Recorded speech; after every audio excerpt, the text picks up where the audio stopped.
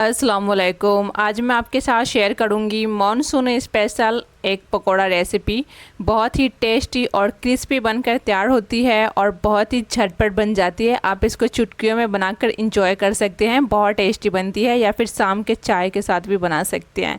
आइए शुरू करते हैं बनाना। यहाँ पर सबसे पहले एक बोल लेंगे और इसमें ऐड करेंगे 1 कप बेसन। बेसन को अच्छे से छान लीजिएगा और अब हम इसमें डालेंगे 1 टेबल स्पून चावल का आटा। इससे पकोड़ों के अंदर ना क्रिस्पीनेस आएगा। नहीं डालना चाहते तो आप स्किप भी कर सकते हैं। 1 टीस्पून डाल देंगे अदरक लहसुन का पेस्ट और 1 टीस्पून डालेंगे कुटी हुई लाल मिर्च। और अब इसमें हम ऐड करेंगे आधा टीस्पून नमक। नमक मिर्च आप अपने टेस्ट के हिसाब से भी डाल सकते हैं।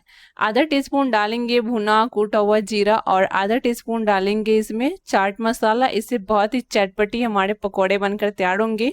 और 1/4 टीस्पून डालेंगे इसमें हल्दी पाउडर और अब 1/4 टीस्पून डालेंगे इसमें जीरा, साबुत जीरा ऐड करेंगे और 1 से 2 चुटकी इसमें अजवाइन डालेंगे। इससे बहुत ही अच्छा टेस्ट और फ्लेवर्स आएगा पकोड़े के अंदर। अब हम इन सभी ड्राई मसालों को पहले बेसन के अंदर मिक्स कर लेंगे और अब थोड़ा थोड़ा सा पानी डालकर इसका एक घोल बनाकर तैयार करेंगे।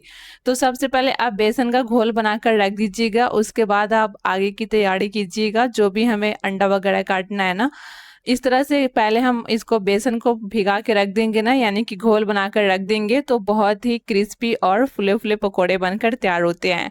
तो ये देख सकते हैं आप बेसन की बैटर की थिकनेस इस तरह का होना चाहिए। बहुत ज़्यादा थिक भी नहीं है और बहुत ज़्यादा पतला भी नहीं है।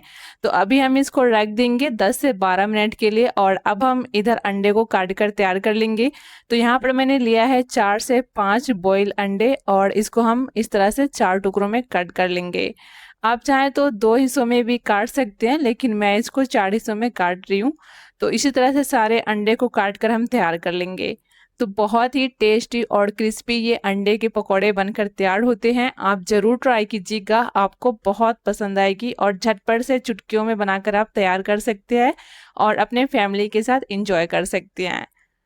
तो यहाँ पर मैंने सारे अंडे को यहाँ पर कट करके मैंने रेडी कर लिया है। और अंडे आप अपने हिसाब से ले सकते हैं जितना आप अंडे का पकोड़े बनाना चाहते हैं। मैंने यहाँ पर 5 अंडे लिए थे, तो सारे अंडे को कट करके यहाँ पर रेडी कर लिए है। अभी हम इसको रख देंगे साइड में। और यहाँ पर बेसन को भी 10 से 12 मिनट हो गया है। अब हम एक बड़े साइज का प्याज लेंगे और इस तरह से बारीक चॉप करके डाल देंगे। और इसी के साथ इसमें डालेंगे 2 से 3 हरी मिर्चों को बारीक कट करके। हरी मिर्च आप अपने टेस्ट के हिसाब से डाल सकते हैं। अब ढेर सारा इसमें डालेंगे हरा धनिया और एक बार फिर से मिक्स कर लेंगे बेसन के अंदर इन सभी चीज़ों को। अगर आपको बेसन ज़्यादा थिक लग रहा है ना, तो 1 से 2 चम्मच पानी डाल दीजिएगा। ज़्यादा पतला मत कीजिएगा, ज़रूरत पड़ने पे डालिएगा। तो आप देख सकते हैं इस तरह का थिकनेस होना चाहिए बैटर का। और अब हम एक एक पीसेस लेंगे अंडा का और इस तरह से बेसन के अंदर डिप करेंगे। और अब हम एक एक करके पैन के अंदर डालते जाएंगे। तो यहाँ पर मैंने मीडियम हॉट गरम कर लिया है तेल को। बहुत ज़्यादा हाई हीट मत कीजिएगा वरना पकौड़ा डालते के साथ ही जलना शुरू हो जाएगा। तो अब हम एक एक करके पकौड़ा डाल देंगे पैन के अंदर। तो जो बैटर है ना, अच्छे से अंडे के ऊपर कोट होना चाहिए, खूब अच्छे से कवर कर दीजिएगा।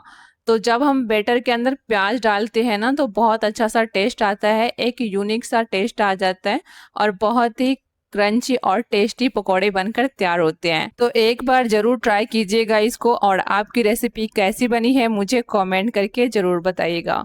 एक साइड से इसको 2 मिनट फ्राई करेंगे, मीडियम फ्लेम पर फ्राई कीजिएगा। और इसी तरह से इसके साइड को चारों तरफ से चेंज करते हुए हम इसको अच्छे से फ्राई कर लेंगे, क्रिस्पी और गोल्डन हो जाने तक।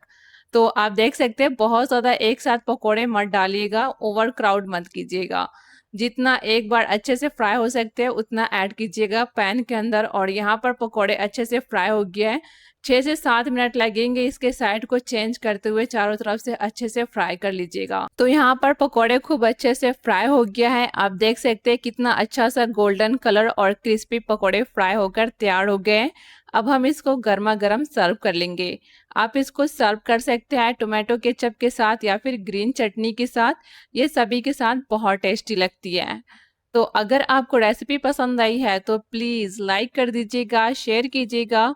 और चैनल पर नए हैं तो मेरी आपसे रिक्वेस्ट है सब्सक्राइब कर लीजिएगा।